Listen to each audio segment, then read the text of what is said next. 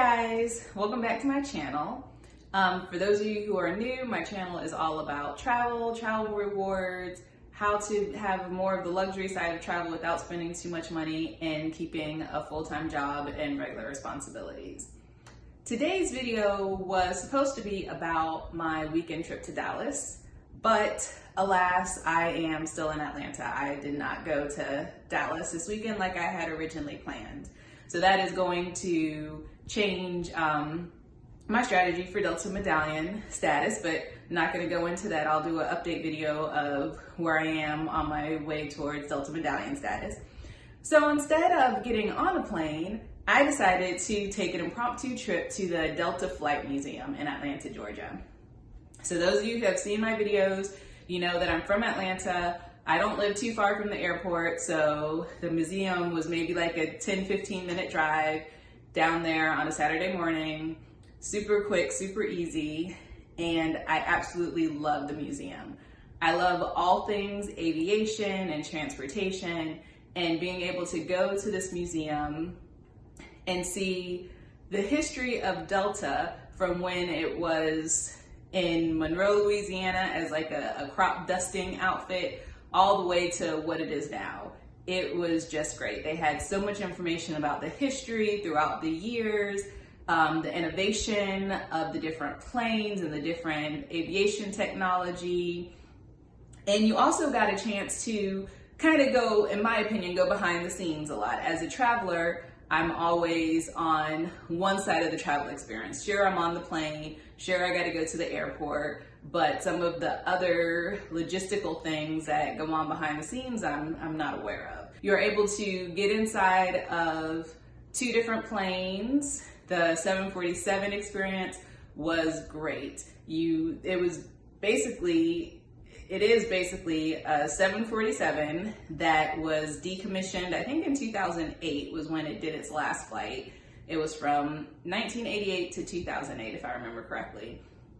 And now they just have it open as a museum exhibit. So you can go in, you can see what the seats look like. It's the two-story version. Well, I guess all 747s are the two-story, but for those of you that aren't familiar, 747 is one of those big jumbo jets, the two-story planes. So you can go in, you can walk around, you can look into the cockpit, you can see just all the different things. They even have spaces open on the floor where it's just like a glass panel, and you can look down and see all the cords and mechanisms and conduits that are under your feet when you're on a plane. The people there were super nice and knowledgeable. I really just enjoyed my experience. Some of my top things were being up and close and personal with the planes. As I said, as a flyer, you're kind of on one side of the experience, and I don't think I've ever walked under a plane. I don't think I've ever touched the landing gear of a plane. You know, you go in where you're supposed to go in, come out where you're supposed to come out. Maybe if it's a smaller airport and you taxi on the jetway and you get off right there, there's not a little gate bridge to pick you up. You kind of get close to the plane. You have, or I guess, a different view of the plane, but being able to be that close to the planes and really appreciate the scale and the technology and the innovation that goes behind just flight and everything related to that was cool. And the second thing was just going back to the innovation and technology, is how it's changed throughout the years. What it started as in the 1940s to what it is now in 2021. And what that's 80 years of change in technology, and to go from only carrying a few people and seeing those planes and the way the seats were and the layout was super cool. But going from something like that to what we have now, where millions of people are flying every day around the globe in what used to take 36 hours and something a lot quicker.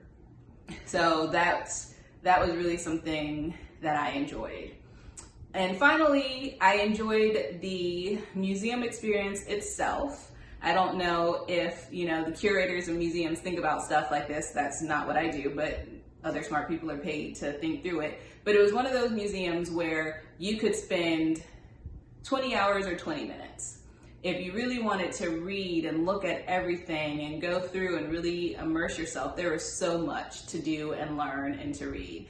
And if you just wanted to go and check out a couple of planes, look at a couple of cool things, you could go and be in and out. And I think for both people, they would be just as excited and just as satisfied.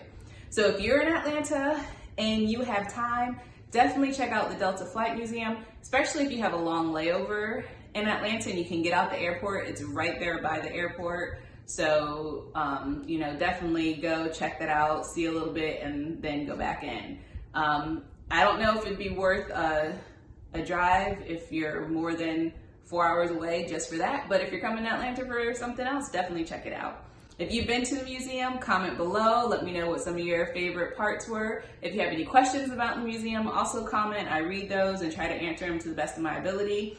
Hey guys, coming at you from my Jeep today, just to put a plug in to subscribe to my channel. I've been doing this thing for about 3 months. I've almost hit my 3-month goal, but I just need a couple of more people. So if you haven't done so already, please make sure you subscribe. If you have subscribed, make sure you hit the bell so you can be notified of new videos, and tell your family and friends who want to travel and upgrade their travel to watch my videos and subscribe. Thanks guys. Bye.